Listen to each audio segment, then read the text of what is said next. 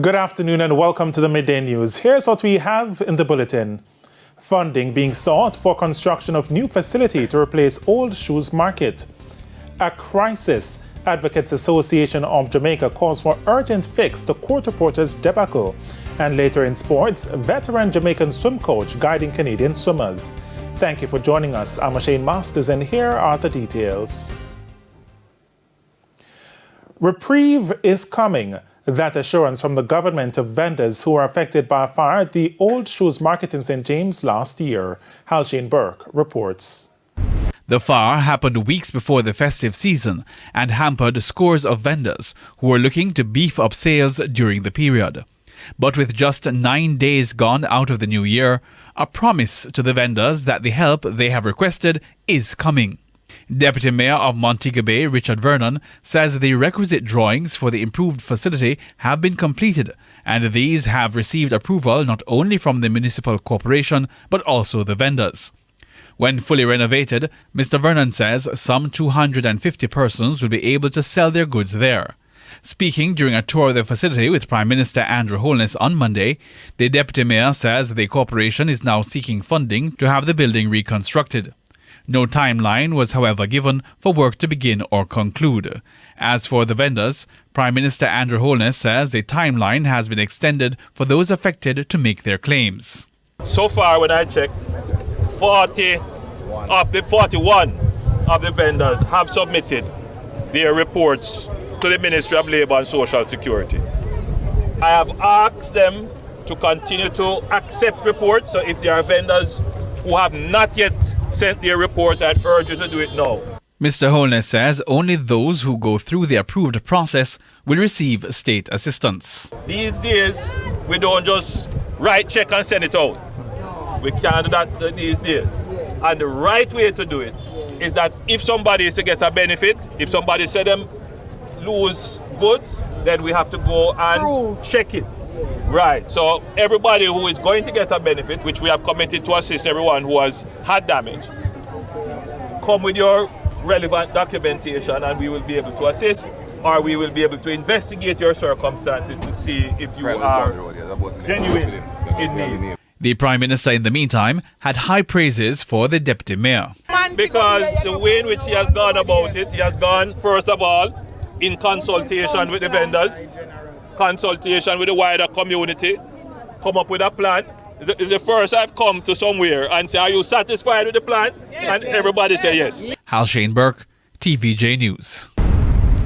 A crisis in the administration of justice. This as compensation for stenographers or court reporters have now taken center stage, forcing the government to be quick on its feet to prevent catastrophe in the society. And yet, there's still the proverbial pointing of fingers as to which ministry is responsible. Ramada Lyons has the details.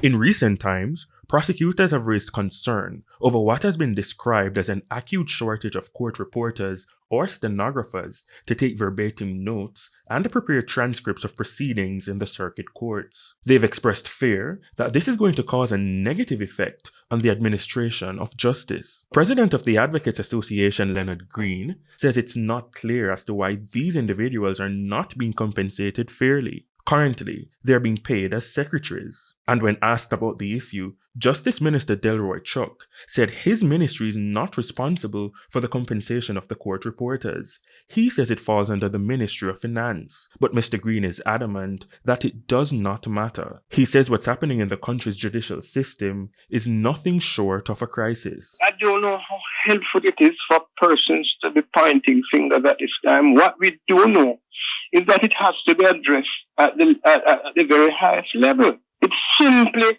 cannot continue. Mr. Green also says some court cases have already been affected, not only due to the compensation issues, but also a shortage in human resources. A number of people have not had their appeals heard for years, and they have spent their time in custody without their appeal being heard, simply because the transcripts are not ready, and it has in many cases denied or deprived them of the justice that they are entitled to under the Constitution. The Justice Minister, in the meantime, says the Finance Ministry is working on an urgent fix. And I hope that in due course, the Ministry of Finance will consider recategorizing them in a separate category outside and certainly above the pay scale of secretaries. But in the case that does not come anytime soon, Mr. Green says the suggestion put forward by the Director of Public Prosecutions, Paula Llewellyn, regarding the nuclear quashing of convictions may have to take place. It is something that we should be aware of. It's something we should be concerned about. But more importantly, what we need to do is ensure that we fix the mechanisms that will ensure that the public has available to it an efficient system of justice. So bear in mind, transcript may be one of the issues that affect us greatly, but there is also the issue of the backlog of cases that are not being disposed of in a timely way. It's a matter of grave concern, not only for the Chief Justice of Jamaica, but for all of us who are citizens living in this country at this time. Mr. Green was speaking on the morning agenda on Power 106. Ramarda Lyons, TVJ News. Governor General Sir Patrick Allen has charged newly sworn-in judicial officers to be the standard bearers of justice whose actions should inspire trust and confidence in the legal system. Your roles are not just titles, but sacred trusts from the people, embodying the principles of fairness, impartiality, and the rule of law. In these courts, the crucial role you play in our society is to blend a type of tapestry as you interpret laws that affect the lives of millions of people.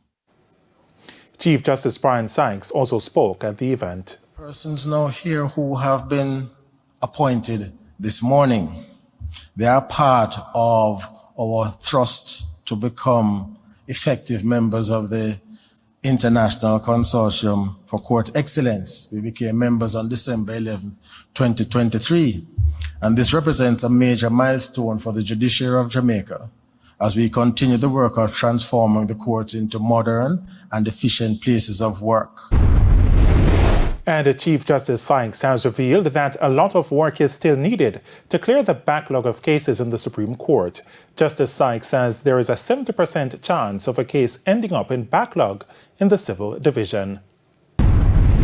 On average, over the last 5 years, we're taking 13,420 cases per year and disposing only of 8,765.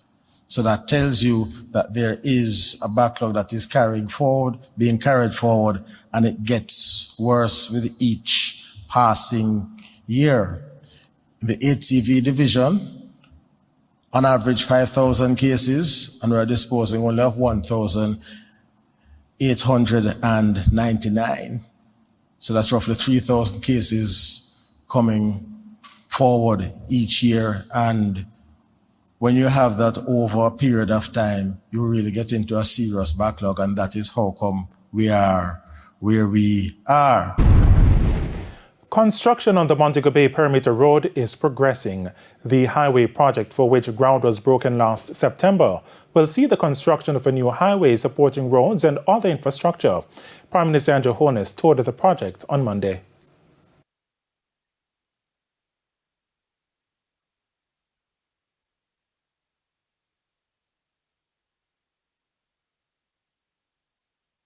Work has now begun.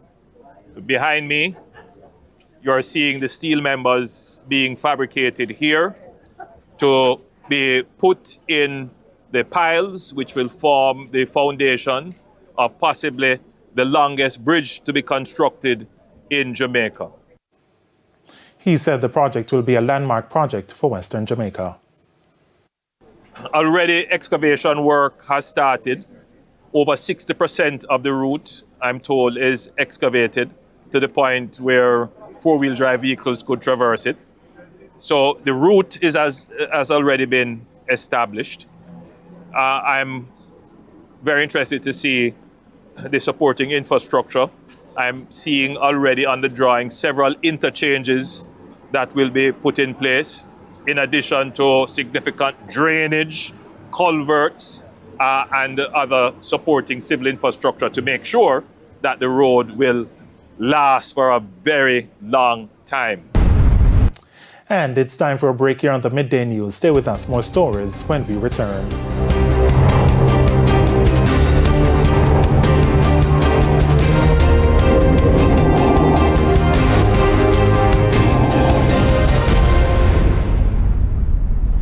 Welcome back to the Midday News. A man who was reporting on condition of bail for murder in St. Ann was shot and killed yesterday in St. Ann's Bay. He is 36-year-old Dwayne Clark, otherwise called Zanu. It's reported that about 3 o'clock in the afternoon, residents heard explosions and called the police. On their arrival, the body of Mr. Clark was seen on its back. The body had multiple bullet wounds to the upper section. The police say Mr. Clark was charged for a murder committed in 2020. This was the first murder recorded in St. Ann since the start of the year. St. Ann recorded 78 murders for 2023. The parliamentary opposition continues to chide the government for its approach to crime and violence in the island. This time, opposition spokesman on security Peter Bunting says despite more resources being allocated to the police, crime and violence continue to increase. Kalisha Williams has that story. In 2023, Jamaica recorded 1,393 murders. While it represented a 7.8% decrease in homicides compared to 2022, the island's murder rate is still alarming. According to opposition spokesman on citizen security and productivity, Peter Bunting, a part of the problem is resource allocation. Rear Admiral Hardly Lewin, a former Chief of Defence Staff and a former Commissioner of Police, pointed to this in an article he wrote in December. Too much resources were put in the JDF at the expense of the JCF. The JCF should have been prioritized rather than the JDF. Lately, we see now that the JCF is starting to benefit from increased numbers, but we're still not seeing that impact on the crime statistics. And it suggests that too many of JCF's personnel are in these central formations, which have not proved effective.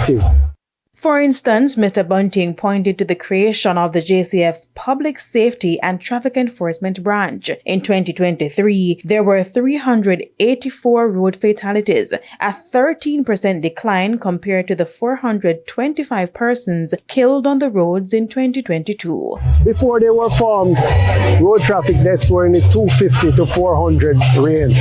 Since the formation of that centralized, well-resourced branch, road traffic deaths have moved to between 400 to 500 now. So instead of seeing it going the other direction, we're seeing it going. So something is wrong here. More resources, but worse outcomes. So, we have to look at the effectiveness and efficiency of how we manage the resources available to the National Security Ministry, as it's now called. Mr. Bunting was speaking at a People's National Party event over the weekend. Kalisha Williams, TVJ News. 2 persons have been taken into custody following the seizure of an AR-15 assault rifle and a quantity of 5.56 rounds of ammunition in Manchester. Head of the Manchester Police, Superintendent Shane McCullough, says that around 4:30 this morning, a cordon and search operation was conducted in the New Green Battersea community. He says while conducting the search of a premises, and the weapon and ammunition were found. Superintendent McCullough says this is the first in a series of operations which will be carried out in the parish.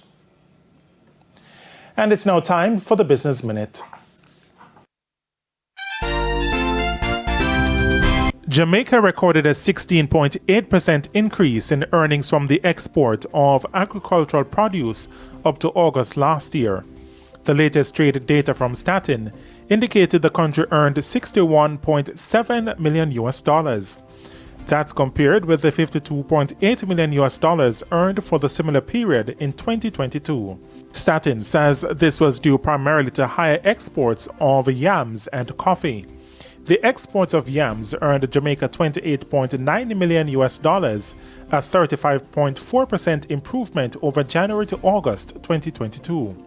Coffee earned 19.5% more, reaching $17.1 million when compared with the $14.3 million earned in the same period in 2022.